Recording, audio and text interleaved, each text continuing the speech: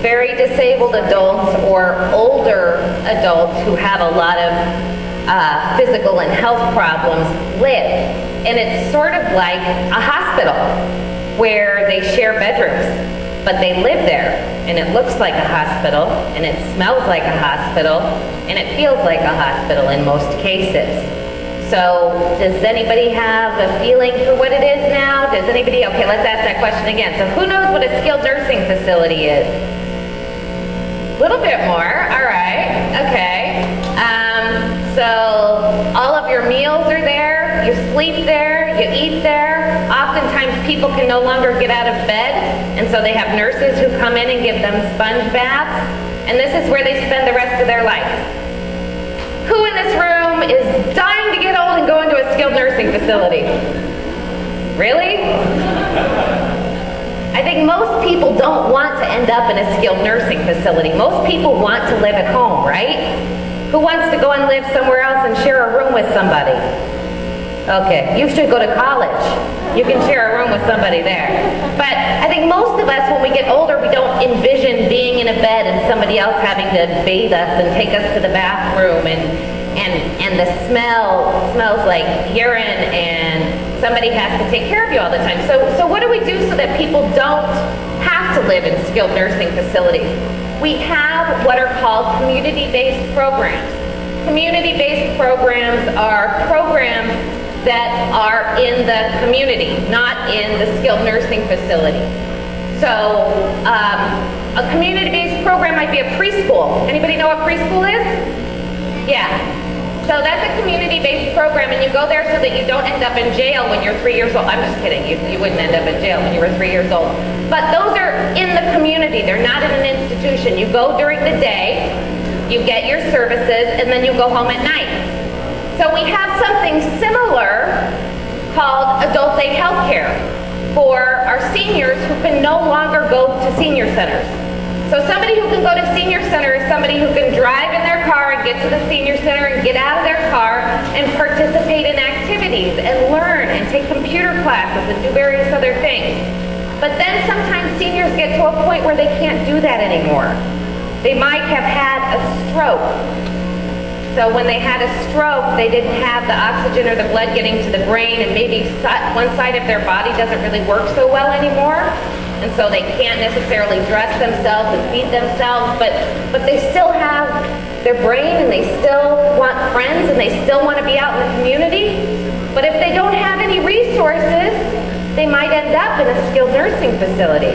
But because we have community-based resources, they don't have to. And so they go to a place called adult day health care. And at adult day health care, they have a nurse who comes and checks on them daily, makes sure that they're not at risk for stroke. They participate in activities, and they have a good quality of life. What is an activity that we might do at an adult day health care center? Well, what is an activity you might do if you're not in an adult day health care center? So I'm going to throw the ball out into the audience, and I want you to hit it. And when you hit it, you hit it up. Don't hit it at somebody's face. That's not nice. We're nice at adult day health care. So I throw the ball up. Hit it. Hit it. Look. Back to me. Thank you. Ready? Hit it. Hit it. All right. You can get it up, and you can throw it up. All right. There you go. Hit it. Hit it. Hit it. Hit it. Hit it. All right, fantastic. So I'll tell you something that was true of everybody who hit the ball. They were smiling. So in adult day health care, this is not a plastic ball. It's a big, gigantic balloon. And the seniors are seated across from each other with a net in between, and it's volleyball. We call it volleyball. Who designed it? An occupational therapist designed it. Because in order to hit the ball, you have to have something happening in your brain telling you to hit the ball, and your arm has to move to hit the ball. So there's a hand-eye coordination thing happening that is going to help you maintain your current level of functioning. So you're not going to deteriorate. In addition to that, you're laughing, and you're smiling, and you're having fun, and you're with other people who are in a similar situation to you. This helps you to stay healthy, it helps you to live in your community, and it helps you to not go to a skilled nursing facility. So that's adult day health care. There's also programs called care management programs.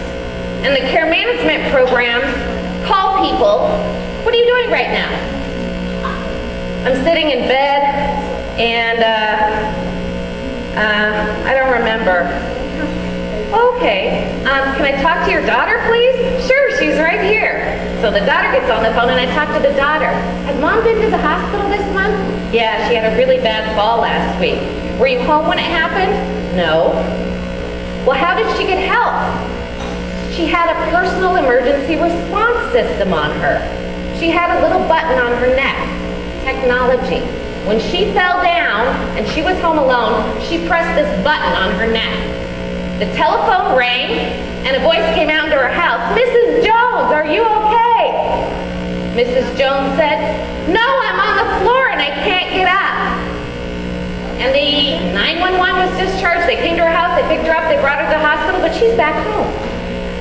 She's back home because she had a piece of technology on her that was purchased for her by the care management agency that calls her every month and goes to her house every quarter to make sure she's taking her medications, getting to her doctor's appointments, and has the support she needs.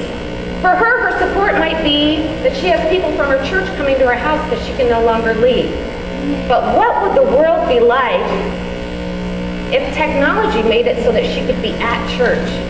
She can't get out of her bed, but there's something like Skype. I'm just throwing out some ideas for you guys.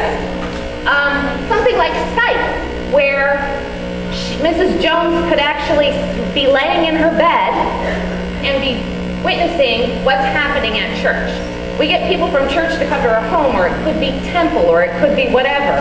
It could be from the sewing club or the quilting club. It could be anything. But the idea is sometimes these people are just living in their homes and they can't get out to someplace really cool like adult day health care. So they have care managers who help them, but the care managers can't bring their church to them. The care managers can't bring the quilting club to them. But youth of today can create technology that makes that virtual for them, that makes that allow to happen for them. So what if, let's go back and get the ball that I rolled over here. So what if we could make technology, not we, because I'm not going to put me in we. So what if you made some kind of technology where Mrs. Jones is lying in her bed and up, she sees the ball coming at her, but it's not really coming at her, but she raises her hand and swings like it's coming at her. And that technology shows that she hits the ball to Mr. Smith. And Mr. Smith is lying in his bed in a totally different state. But he's hitting the same ball because now it's coming to him and he hits the ball. And he hits it to Mr. I was going to come up with a really good last name, but I can't.